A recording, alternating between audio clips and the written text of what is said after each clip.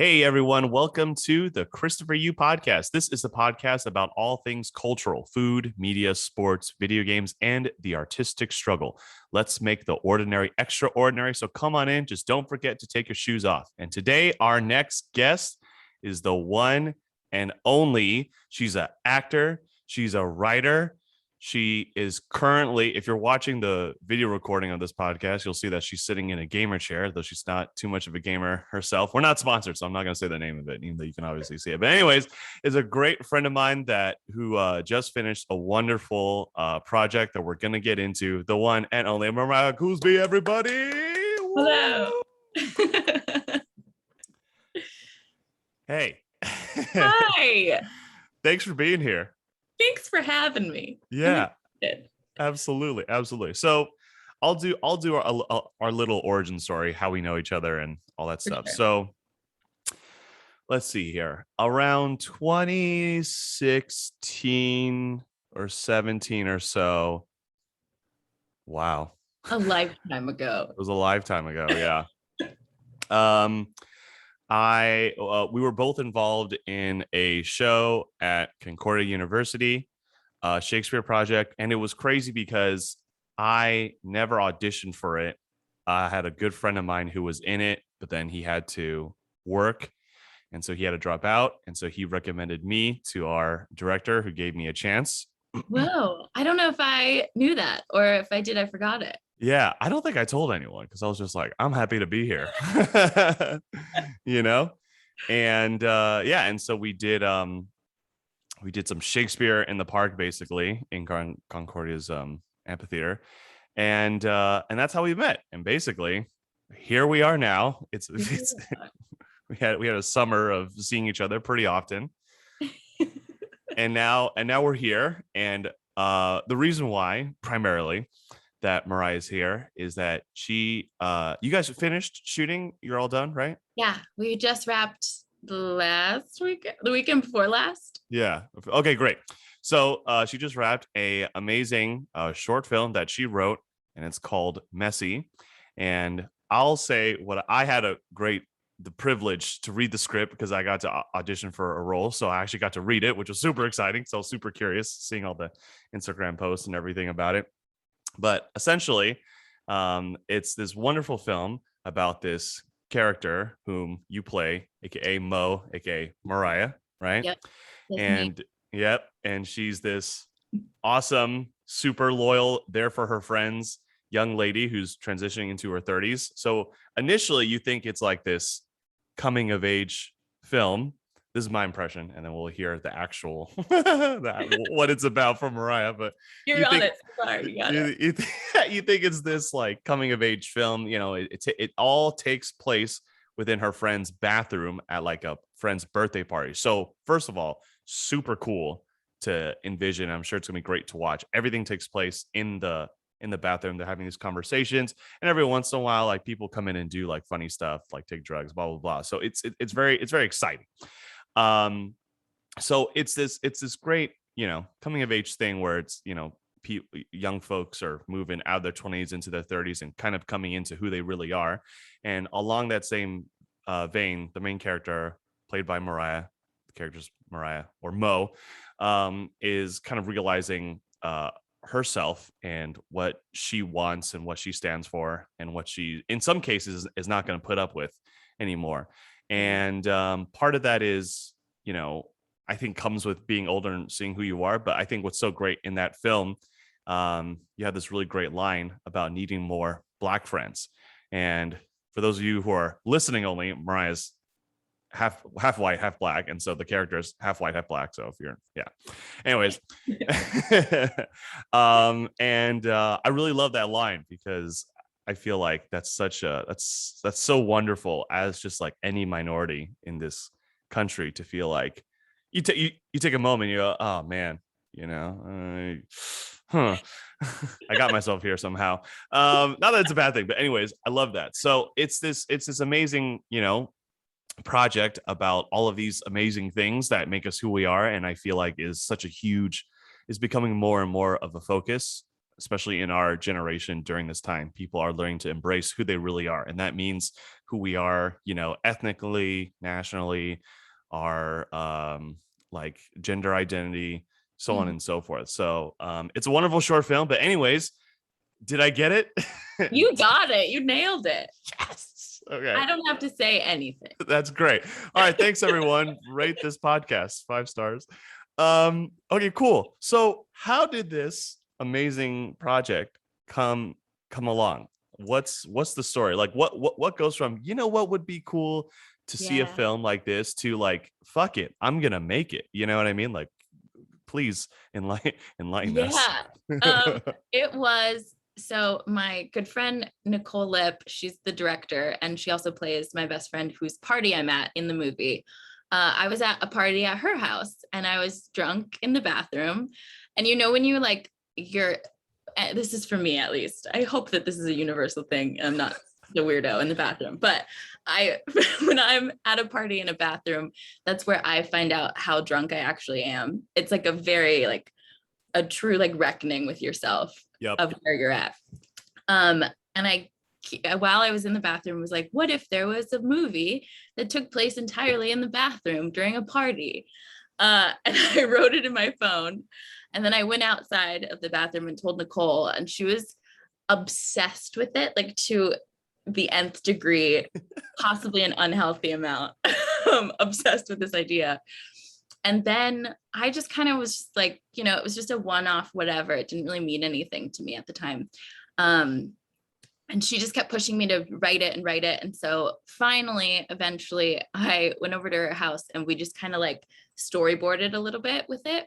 And then the pandemic happened, and, you know, all of the things that came along with the past year and a half of our lives.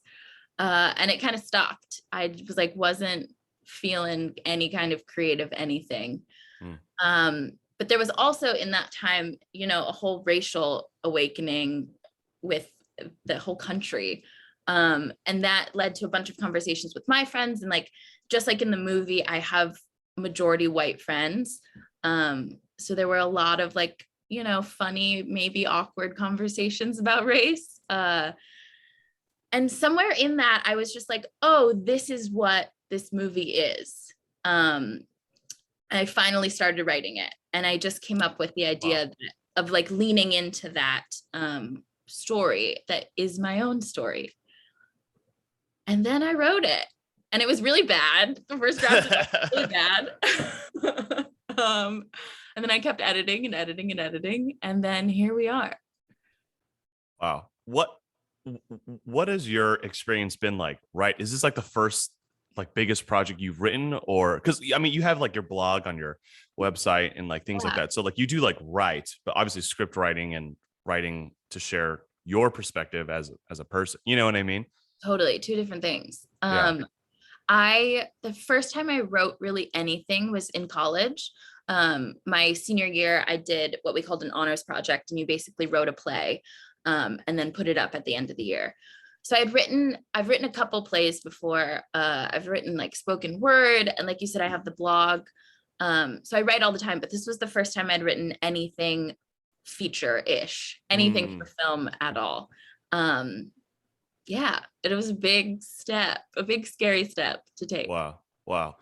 Not to like, I'm not trying to, you know, put you up on a platform or anything, but you know, when you like message me on like Instagram, like, hey, I like you to read for this and everything, you know, I always tell my girlfriend Monica, you know, she's kind of like my manager in a way where I'm like, oh, hey, a friend, you know what I mean? I try, you know, so I tell her what's going on, right? And so like I read it, and she was like, oh, how was it? You know, and of course, obviously, I'm not gonna hold back from her, but I really liked it. I thought, Thank yeah, you. it was great. It was like fun. It wrote this like, I think like writing comedy has to be one of the hardest things in the world. Yeah. You know what I mean? It's such a vulnerable thing. Like comedy is like, it's funny because these characters are at their most vulnerable and they're just like showing it all. Yeah. And I think it's that point right there that you allowed them to be the characters are like vulnerable, and it's not like a comedy for like comedy's sake, but Yeah. it's only it only has like comedic elements because, like you said, there's these moments that these characters are vulnerable and they're 100% relatable. Like these are like real people, Yeah. and so because of that, that's where like the humor comes from, which is, in my humble opinion, where like really good humor can be like found, you know? Totally. So, oh man, well, great job, honestly. Thank you. Thank Yeah. you.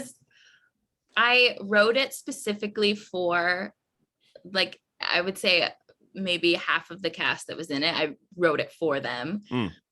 And they are my best friends. So, writing that vulnerability and the like, you feel that they're real people. It's because it was honestly easy to just be like, I've been in this experience anytime I'm at a party with these people before. Right.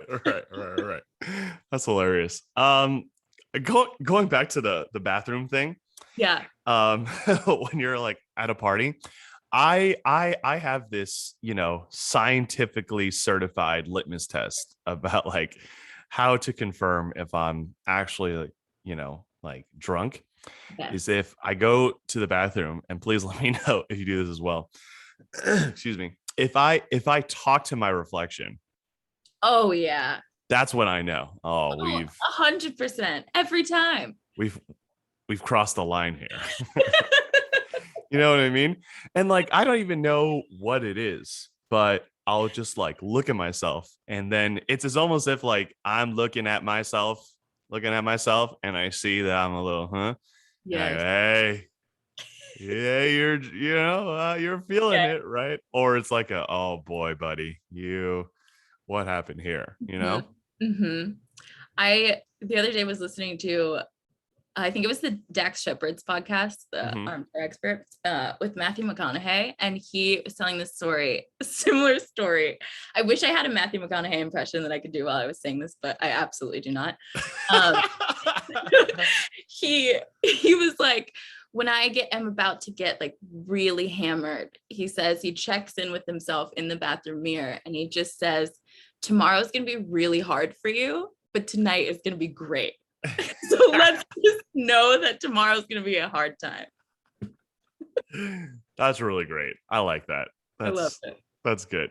These group of friends that you wrote this film, you had in mind. What's like the backstory? How long have you known them and like all that stuff? Yeah. We all went to college together. We went to UCSB. We were in the BFA acting program together. So I've known them for, I don't know how many years out of college I am, a little under a decade. Right. And it's funny, actually, if I want to get like real deep into our history and our backstory. Absolutely. I mean, yeah, as long as you feel like comfortable for that. I'm not going to sell secrets on the black market for like Bitcoin, but yeah. I just like to tell it because it's like it's funny to me. Okay. We all went to college together. Nicole, who directed, Grace, who plays Andy, another one of my best friends in the movie. Both of them I was not friends with in college. Nicole and I like really did not get along. Like Nicole was, she was full on her character, Brittany. She was just kind of like, we came from two different worlds and we did not see eye to eye in college. And Grace actually was, ended up with someone who my other best friend was dating. And so we both had really sketch introductions to each other. And now they're two of my best friends. We just kind of like came together after college. And we went through like really intense things together post college that really like brought us really close. And that's how we became friends. Wow. That's awesome. So oh my gosh, did you have someone in mind, or a like specific audience, or when writing this film, like who's it for? Like did you have that sort of like foresight into it, or was it just like, I just gotta get this out now? A little bit of both, maybe. It was definitely like, gotta get this out. And it was also like, I hope that this would be for me if I was, out in the world. As if I was the audience member for this, it would be the person like me. It would be someone coming into their 30s, someone who like understands what it's like to not be white in a majority white world. I had a really interesting, one of our producers that came on kind of later in the project. She's biracial too. She's Black and Latina. And I didn't know, she doesn't look mixed right away when you look at her. So I didn't know right away. But she later had this really beautiful moment where she was like, I just want you to know that I'm also mixed. And like, this is why I came on to this project. Like the script was for me. And I was like, wow, that's great. That's exactly what I wanted. Like, that's all I want is for, the person who is me out in the world watching it to feel the same way I feel when I watch something that like, I feel like I'm represented in. Wow. Oh man, that's so cool. Do you think like what's next? Actually, what's next in terms of the next steps of like the process of like putting this film out? But now that you've done this project, and you're probably very happy with it, like do you continue to want to write pieces like this that are like for you essentially, or yeah. So next steps for Messy, just the short, we are going to enter editing pretty soon, post-production. The goal is to enter it into festivals and just see what happens from there. I also have started writing up, brainstorming and ideas for turning this short into a series, and just like, being with these characters longer. My like dream goal in life would be words would be to write and act in a show that I've written. Wow. That's just like, like something that was definitely a inspiration for Messy and just my writing in general. I remember when Girls came out when I was in college on HBO, and that was just like, that was my shit. I loved that show. And then Insecure came out later, and I was like, oh my God, Black people too? What? This is crazy. I get to actually like see myself in this version of like, life that I was watching before that I wished I was in. So that's definitely dream goal for me in general.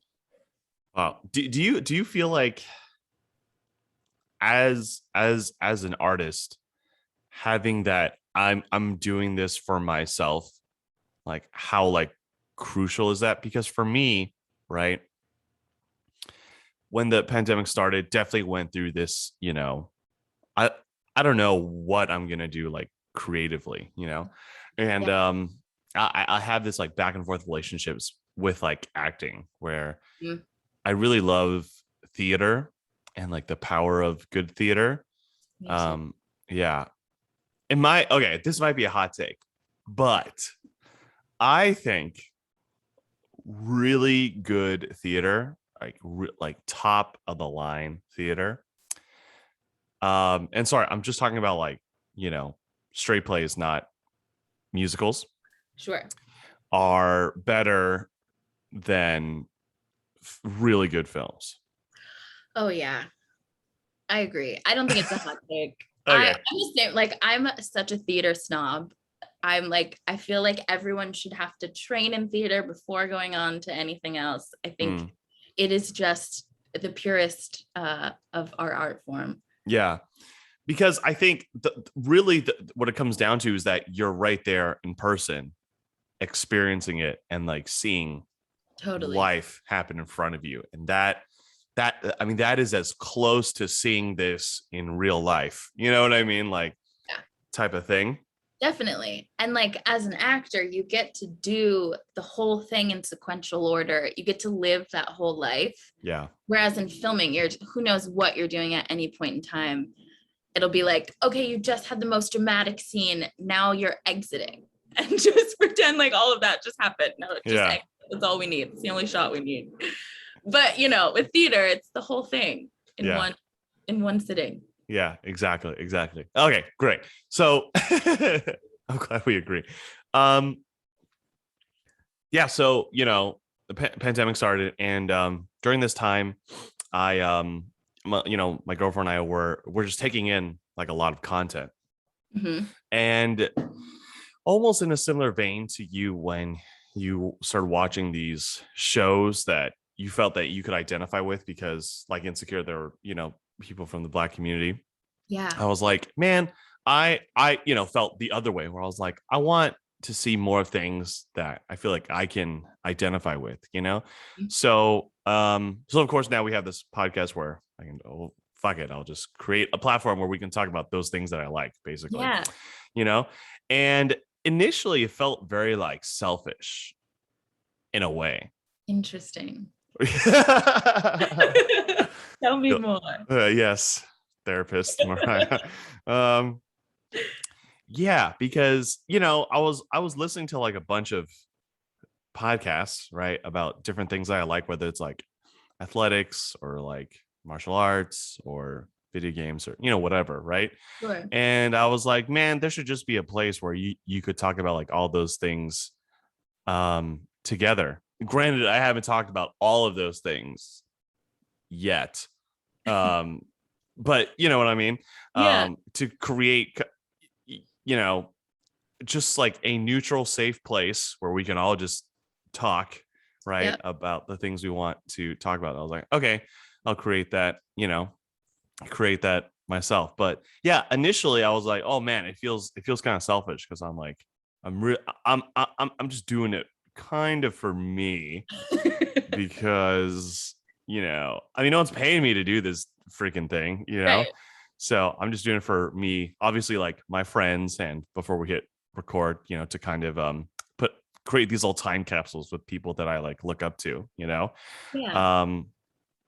But yeah, I think that what has your experience been about, I'm going to do this like for myself, and how valuable do you think that is as like a creative or artist or what have you? I think you should not feel like it's selfish. I know. It is selfish, but I think you need that as an artist. I was reading some interview with, and I can't even remember who it was, but some writer on some show that I love.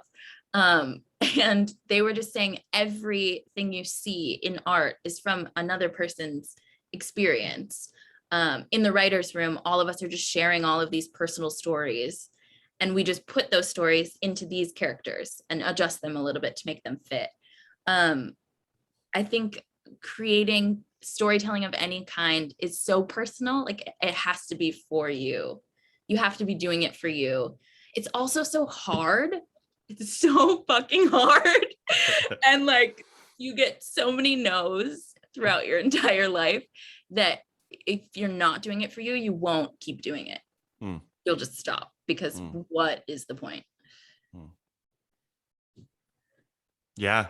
I mean, that's what it comes down to. If it's for you, there's someone else out there who needs it too. Whoa. Maybe that's the way I justify it for myself. Whoa. It's not, it's selfish, but it's also not. It's very giving. Wow.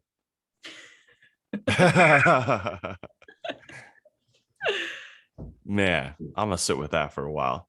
Sit with it. That's great. Thank you for your time. Good night, everyone. Good night, everyone. Take care. Yeah. Wow. That's so great. Let's talk about something else while that like simmers. Okay. So, I want to talk about your website. Okay. Because we both have something.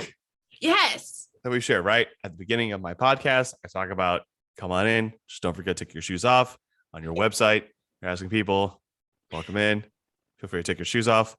What may I ask? How?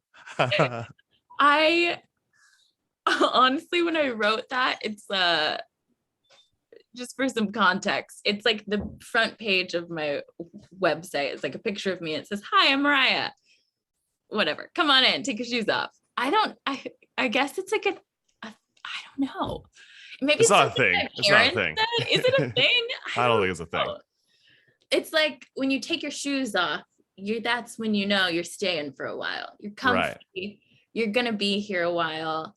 It's like when friends come over to my house, if they don't take their shoes off, I'm like still on edge. I'm like, "Oh, are you okay? Do you need anything?" I feel like I need to be a host. But if they take their shoes off, they're just here with me at home. Yeah.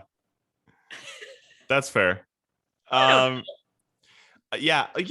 I say take your shoes off because I just think it's important that you take your shoes off when you enter someone's home.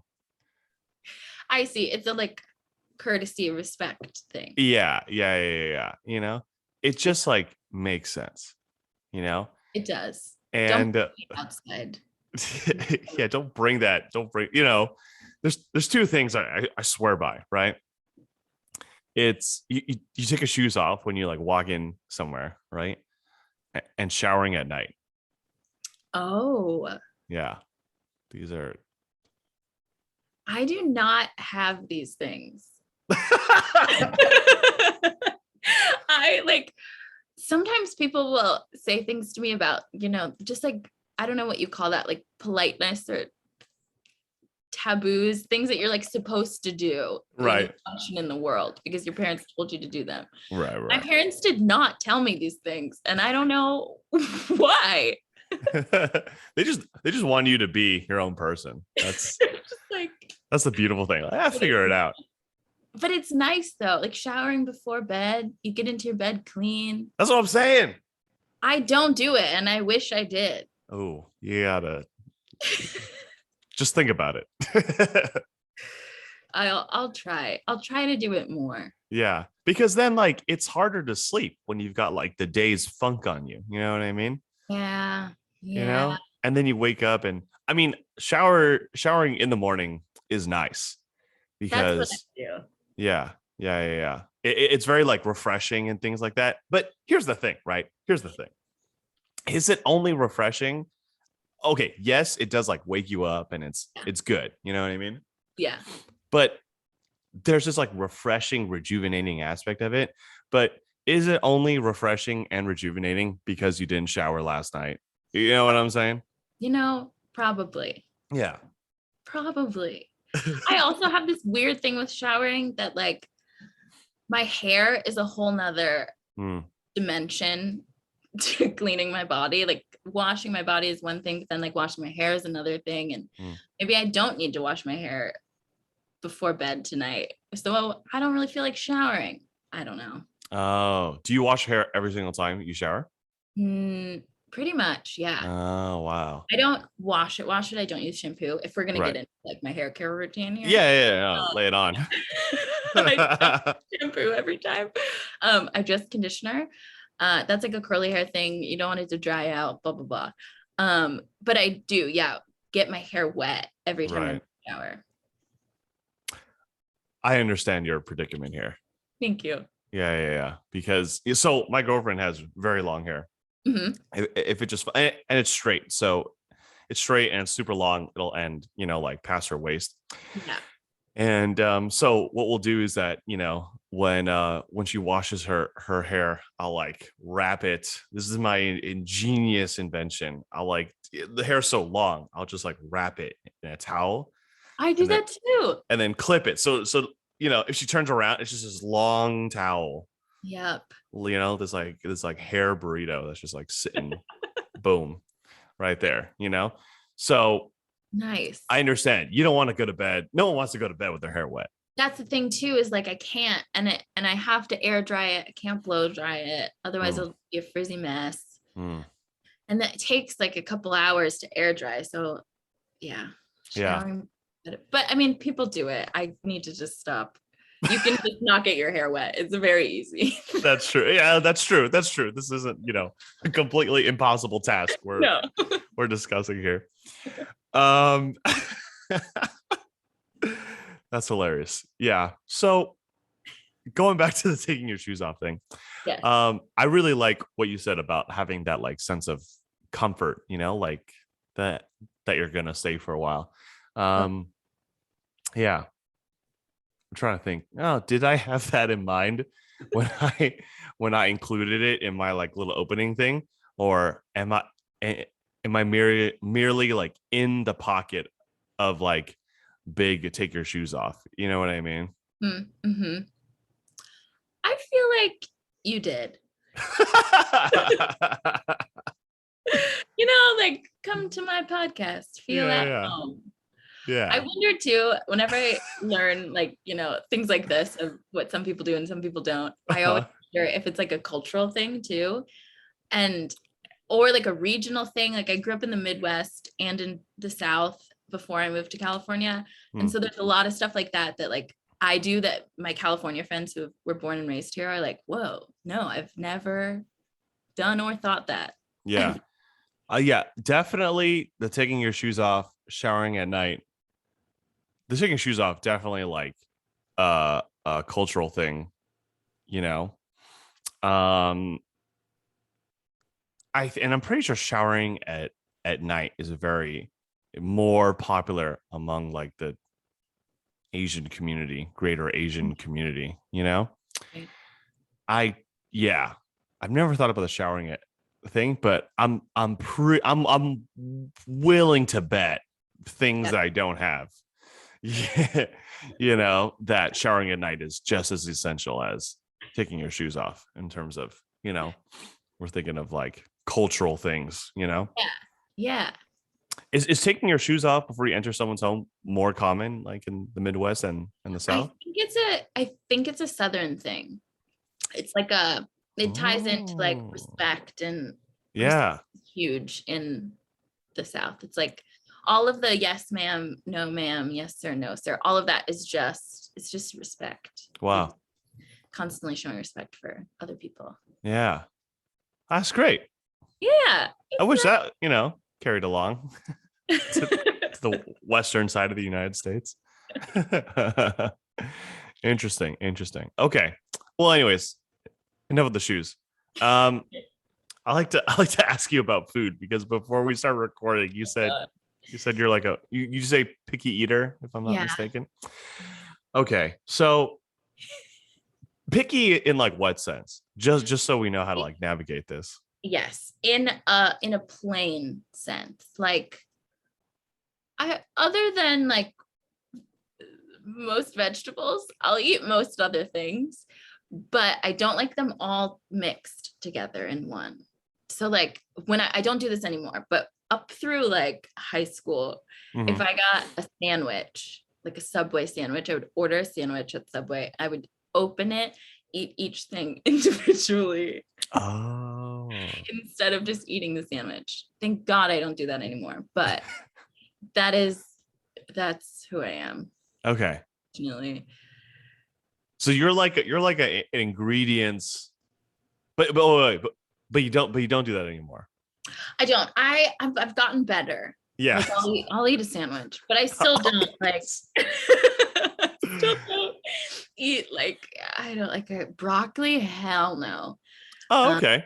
Like green beans, no. Beans of any kind, no. No beans of any kind. No beans of any kind. That's fair. It's weird. I like some like random things that you wouldn't like.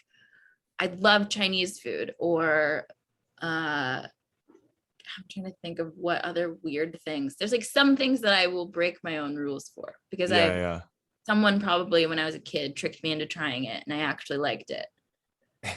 But for the most part, it's just Is there a way to like summarize your like pickiness in like one sentence? It's like my friends, before we go out to eat, we always ask, would a baby eat it? And if the answer is yes, then Mariah can go. Oh my God. Oh man. So okay, so let's see. Things that are like spicy. Oh no. No. I see. So when you say plain, you mean like pretty plain. Like I love barbecue sauce, but if it's too spicy, it's just I can't do it. Got it. Got it. Okay. So, you know what? All right, that's not bad. Okay, so the question I have for you is aliens have arrived to our planet. They Mhm. come to you, they say, "Hello, Mariah, we're aliens and we're also anthropologists and we'd like to know more about the thing you guys eat and call food." And so, we would like to hear your experience about 3 to 4, could be more, but at least 3 of the best things you've ever eaten. They could be from a person, like grandma's recipe. They could be from a restaurant. It's okay if you don't have access to that thing anymore. Let's say the restaurant closed down or something, Okay. whatever. But the only rule is that you had to have eaten it. So it can't be like, oh, I would love to go to this place and because Right. I heard, Sure. yeah, let's hear it. My like favorite go to, I'm gonna surprise you with these answers because you're gonna be like, that's not what a picky eater eats. Yeah, I'm crossing my fingers, man. My like go to cooking dish that I cook for myself is Ooh. filet mignon. Uh, Whoa. I love a good Babies don't eat filet babies mignon. don't eat filet mignon, whatever. Um, that Oh, with like some roasted potatoes and a salad, perfect meal. perfect. Also, if they come here to LA, I would have to take them to Leo's Taco Truck. It's my favorite taco truck. It's around the corner from me. It's just the best tacos you've ever had. Hell yeah. I May I will. ask your favorite tacos from Leo's Taco Oh Truck? yeah. We're in front of the truck right now. What are you ordering? I get 6 asada tacos every time. I love steak. I'm a steak girl. I think that's Okay. Okay. I don't think you're that as picky as, okay, well, I don't know. I don't it's know. but like if I go to a restaurant and there's some weird sauce on the steak, I'm like really disappointed and I'll scrape it off. What's weird? Like I don't really like pesto. Oh, Uh, okay. Okay. or I don't know. Sometimes you go to a restaurant and it's like the house sauce, and I'm just like, please You gotta no. stop eating at these places, Mariah. Just don't go to these places. I have found like my little Oh, okay. my places. Yeah. Yeah. There's so much good food out there in the world. You don't waste your time scraping house sauce off of something. Come on. My last one would be there was a oh man, I can't remember what it was called, but the place I grew up in Georgia, there was an Asian place right next to my acting studio that I took classes at when I was a kid. And Mm-hmm. it was kind of like hibachi style, like Benihana, but it was Oh, like, mom and pop owned, and it was so good. It was like, wow. it was my favorite. I don't Those even places are just so cool. Yeah, they're the best. man. I really wondered how those places did during the pandemic. Obviously, I'm sure many closed down, unfortunately. Yeah. But man, okay. Okay. Let's say we're at that place. Okay. What are you ordering? I get a chicken fried rice every time. Okay. Here's the thing though. Oh boy. Sorry. I order fried rice with no veggies in it. It's like no peas and carrots. Okay. Yeah. I mean, who cares about them anyways? Right? Do Yeah. we need them? No. I just give me rice, egg, chicky. That's all Chicky rice egg. Yeah. Easy. The bare essentials. Just Yeah. Okay. I don't think you're that picky. I really thought you. I was gonna hear something like, Thank you. That's probably the thing I am most embarrassed about myself is that I'm a picky eater. I don't know if it's real. Great. Is this what gaslighting is? Like reverse gaslighting, where it's like, it's not that bad. Fine. You're fine. Yeah, I think you're good. Thank you. Thank you. Tell all of my family and my friends, please. Oh man. Yeah. Wait, I'm really trying to figure this out. What? Okay, so certain sauces you're skeptical about. That's Mhm. fine. That's fine. I get it. Whatever. It's all good. Certain veggies, broccoli, understand. Yeah. The peas and carrots and fried rice, totally just an accessory, not, not necessary at all. No, I mean, this ain't bad. You know what I'm saying? This that bad. is It's like, not. no, it's not that bad. I'm sure it was worse when I was a kid. Yeah. Probably didn't eat anything. But like at like Thanksgiving, I Okay. don't put gravy on my turkey or stuff like that. Don't eat gravy. I don't eat stuffing. At Thanksgiving, it's usually like turkey, ham, and mashed potatoes. Yeah. Which And is if still there's fine. Why no stuffing though? it's too many things. I don't know. Oh, okay. Things. It's also got a weird texture. I'm very weird. Stuffing is weird. with Stuffing is weird. textures. Yeah. Yeah. I had my first like proper this is what the podcast is going to be about now in the episode. I had like my first proper American Thanksgiving, probably like when I was in high school or something. But Thanksgiving, yeah, the Thanksgiving, the stuffing has never been like a hot thing for me. When someone invites me over for Thanksgiving, I'm not like, oh, thank God. Stuffing. Yeah, it's People not me. are though. Like some people are fucking crazy about their stuff. And I'm just Yeah. It's not for me. So maybe I don't know if you're like, I don't know why I'm like your lawyer in this case, where it's like I don't think you're picky, but I just think the common thread is if there's like a large amount of ingredients and if you don't know what they are, you get a little skeptical, Yes. right? Yeah. Yeah. Like a sauce, it's like, well, what's in that? Or like stuffing, it's like, what's in that? Yes. Yes. I don't think that's that bad. I don't think that's that bad at all. Because like for me, picky is like if we're eating chicken wings and someone's like, I only eat flats, I don't eat the drumsticks, I'd be like, you're picky. I'd be like, we're not friends anymore. My dad is a chef and he is the worst person to go to a restaurant with. He is that person, like that. He's that kind of picky. Like he knows what he wants and will order. We go to McDonald's. This is the worst. All right, let's hear it. Go to McDonald's and this man says to the McDonald's employee, we're not at a fucking restaurant. He says to the McDonald's employee, whatever his order is, and fries, but I need them to be fresh. I'm willing to wait. Okay, respect. Just that kind of person. Yeah, he knows what he wants. He's gonna make sure he gets it. Bless his heart. Maybe it's because he is a chef, so he's like, I know how to do this, so I can afford to. Yes. To be fair. Yeah, to be fair. To be fair. Okay. All right. Well, I don't think you're that picky. That's the court has decided. That's the conclusion. In the house of the Chris For You podcast, I think,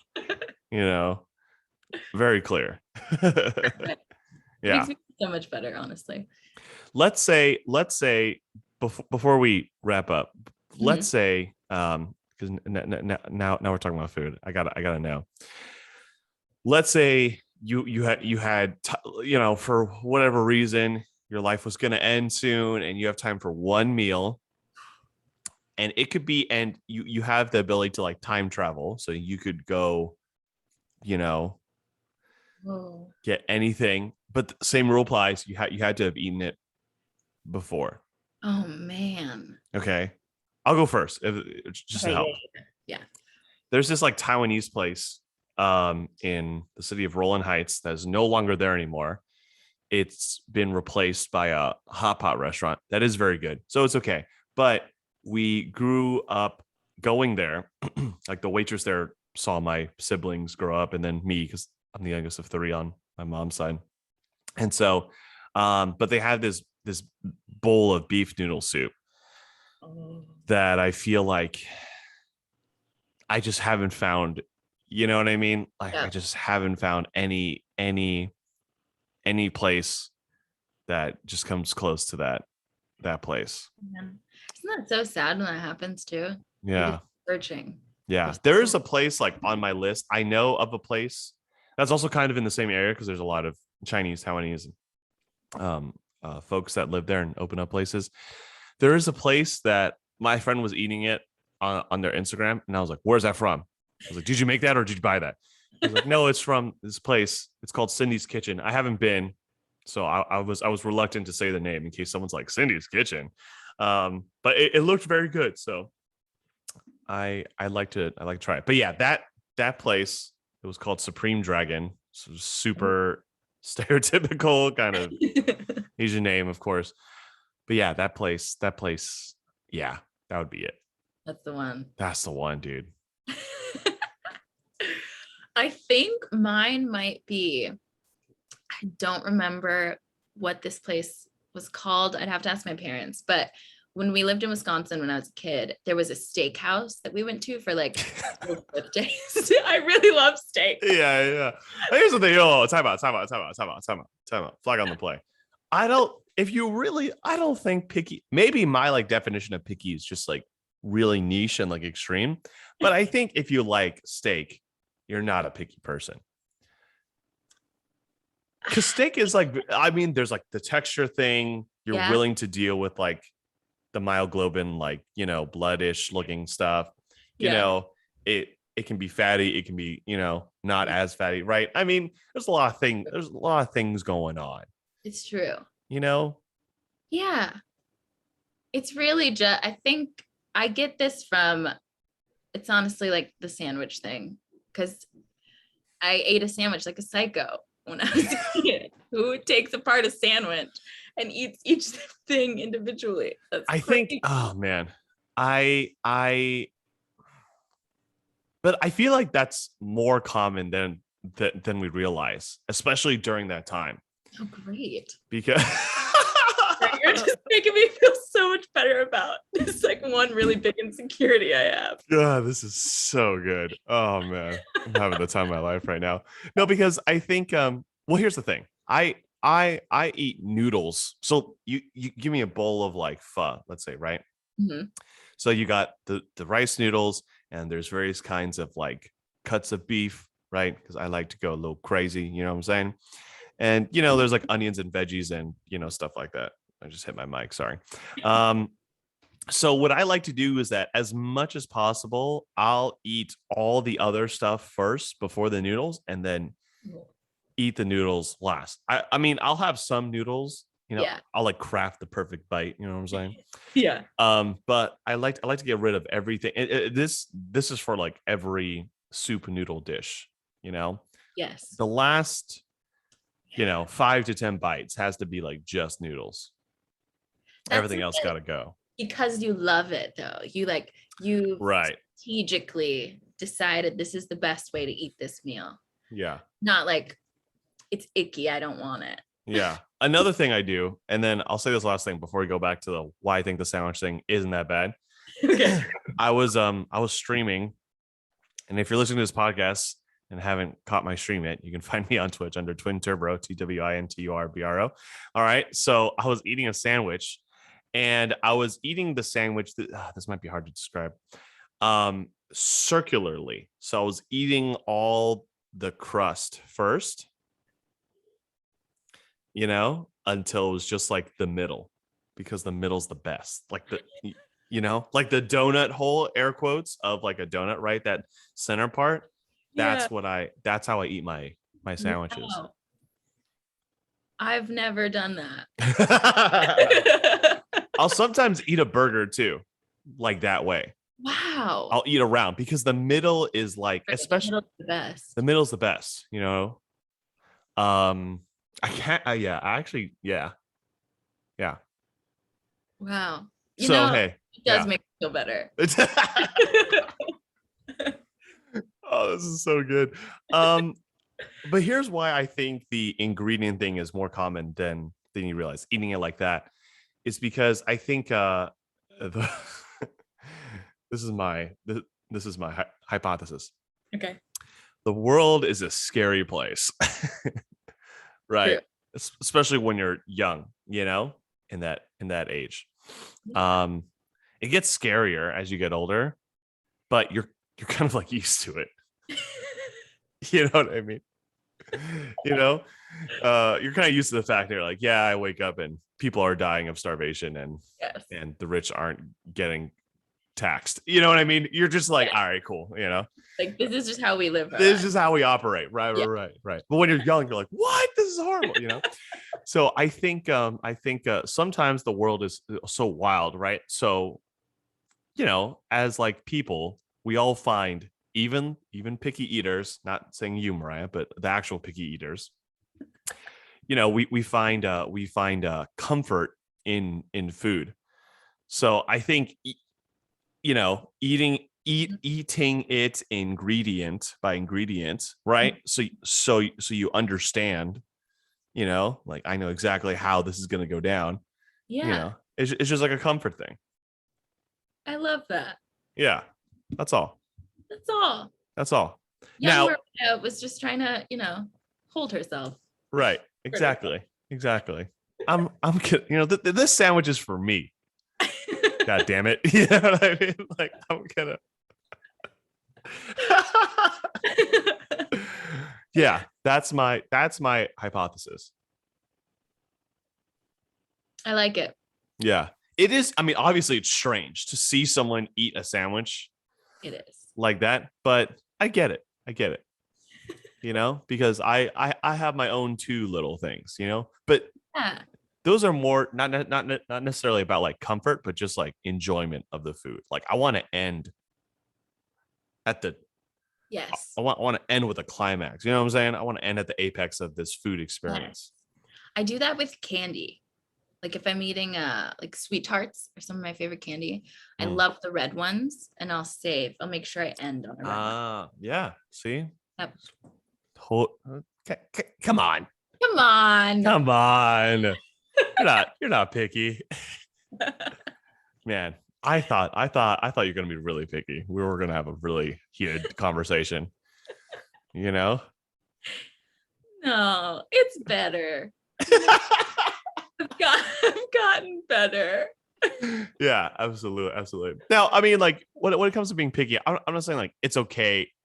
It's totally okay to like not like certain things.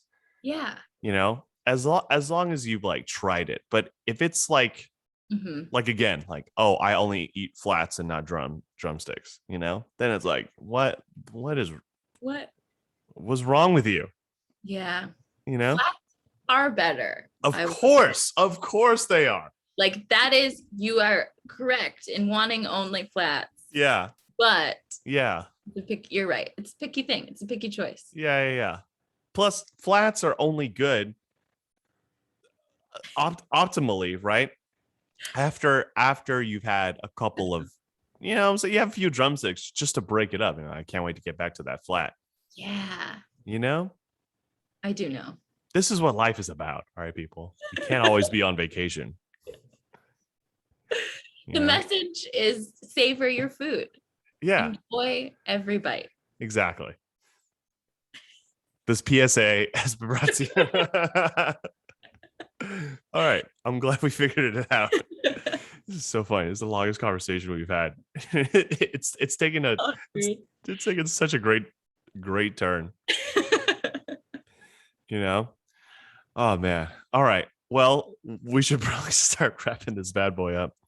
Thank you for being here.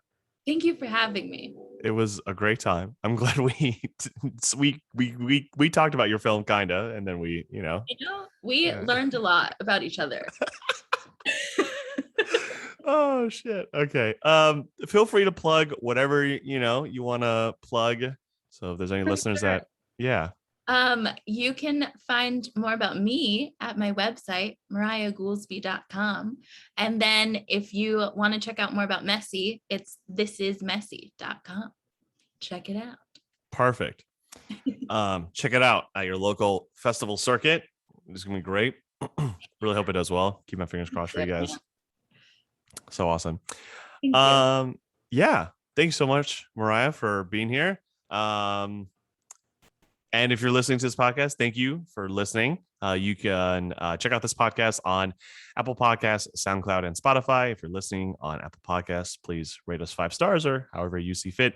If you want to see the video recording of this podcast, you can check it out under my YouTube, which is under Christopher J.U. Same thing for my Instagram at Christopher J.U. And also on my YouTube, you can find highlights from my Twitch stream. And if you would like to follow me on Twitch and get notifications when I go live, you can check me out on Twitch under Twin Turbro, TWINTURBRO. Everything's under my link tree on Instagram. Thanks again for listening. Please take care of yourselves. And if you can, someone else as well. Bye-bye.